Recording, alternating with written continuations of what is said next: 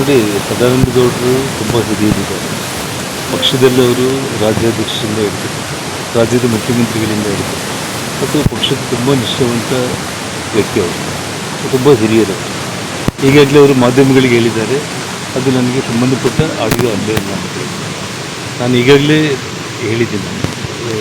ವಿಷಯ ಏನಂತಂದರೆ, ಇವಾಗಿರೋ ಟೆಕ್ನಾಲಜಿ, AI ಟೆಕ್ನಾಲಜಿ ಇರ್ಬೋದು, ಇನ್ನೊಂದು ಟೆಕ್ನಾಲಜಿ ಇರ್ಬೋದು, ನಮ್ಮ ವಾಯ್ಸಲ್ಲೇ ನಾವು ಒಂದು ಹಾಡನ್ನು ಹಾಡ್ಬೋದು, ಭಾಷಣ ಮಾಡ್ಬೋದು, ಅಥವಾ ಹೀಗೆಲ್ಲ ಕ್ರಿಯೇಷನ್ ಆಗ್ತಾ ಇರೋಂಥ ಸಂದರ್ಭದಲ್ಲಿ ಅವರು ಹಿರಿಯರಿದ್ದಾರೆ. ಅದು ನನಗೆ ಸಂಬಂಧಪಟ್ಟ ಕ್ಯಾಸೆಟು ಆಡಿಯೋನೇ ಅಲ್ಲ ಅಂತೇಳಿ ಅವರು ಹೇಳಿರೋ ಕಾರಣ ಅದ್ರ ಬಗ್ಗೆ ನಾನು ಮಾತಾಡೋದು ಅಂದರೆ ಇವಾಗಿರೋ ಟೆಕ್ನಾಲಜಿಗಳು ಆಗಿದೆ ಮತ್ತು ಅವರು ಪ್ರಾಮಾಣಿಕವಾಗಿ ಅದ್ರ ನನಗೆ ಸಂಬಂಧನೇ ಇಲ್ಲ ಅಂತಲೇ ಅವ್ರು ಹೇಳಿದರು.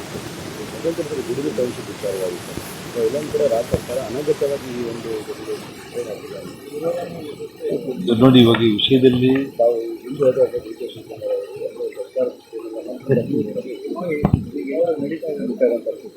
ನೋಡಿ, ನಾನು ಅವರಿಗೆ ಸಾಮಾನ್ಯವಾಗಿ ರಿಯಲ್ ಎಸ್ಟೇಟ್ ಅಂದರೆ ಭಾಳ ಪ್ರೀತಿ.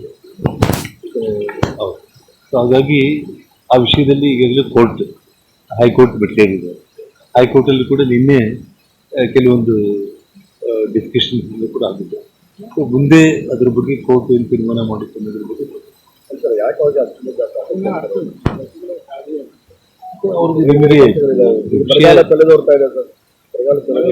ನೋಡ್ರಿ, ಬರಗಾಲ ಒಂದು ಕಡೆ, ಅಭಿವೃದ್ಧಿ ಕೆಲಸಗಳ ವಿಷಯದಲ್ಲಿ ತಗೊಂಡ್ರೆ ಎಲ್ಲಿ ಕೂಡ ರಸ್ತೆಗಳಿವೆ.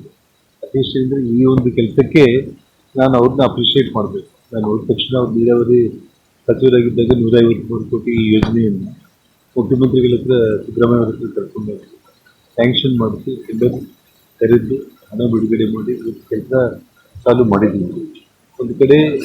ಬಟ್ ಇನ್ನು ಅಭಿವೃದ್ಧಿ ಕೆಲಸಗಳಂತಂದರೆ ವಿಶೇಷವಾಗಿ ನಮ್ಮ ಈ ಭಾಗದಲ್ಲಿ ನೀರಾವರಿ ಕೆಲಸಗಳು ಇಡೀ ರಾಜ್ಯದ ತುಂಬ ಒಂದು ವಿಷಯ ಹೇಳ್ಬೇಕು ಅಂತಂದರೆ, ಒಂದು ಬರಗಾಲ ಒಂದು ಕಡೆ, ನಮಗೇನು ಮಳೆ ವಿಷಯದಲ್ಲಿ ಎಲ್ಲರೂ ಕೂಡ ರೈತರು ಆಕಾಶದ ಕಡೆ ನೋಡೋದು ಬಿಟ್ಟರೆ ಇವತ್ತು ಮುಂಗಾರು ಮಳೆ ಕಂಪ್ಲೀಟ್ ಕೈ ಕೊಟ್ಟಿರುತ್ತೆ. ಇಂಥ ಒಂದು ವಿಷಯದಲ್ಲಿ ಇವರು ರೈತರ ಬಗ್ಗೆ ಯೋಚನೆ, ಇಡೀ ರಾಜ್ಯದ ಬಗ್ಗೆ ಯೋಚನೆ ಮಾಡೋದನ್ನ ಬಿಟ್ಟು ಬರೀ ಬಿಡದಿ ಟೌನ್ಶಿಪ್ ಬಗ್ಗೆ ದಿನ ಬೆಳಿಗ್ಗೆ ಆದ್ರೇ ಬರೀ ಆ ಹೋರಾಟದಲ್ಲೇ ಮುಖ್ಯಮಂತ್ರಿಗಳು ಇರುವಂಥದ್ದು ಒಂದು ರೀತಿ ಅದು ಕರೆಕ್ಟ್ ಅಲ್ಲ. ಅವ್ರು ರಾಜ್ಯದ ಜನರ ಬಗ್ಗೆ ಅವ್ರು ಗಮನ ಹರಿಸೋ ಪ್ರಯತ್ನ ಮಾಡ್ತಾರೆ.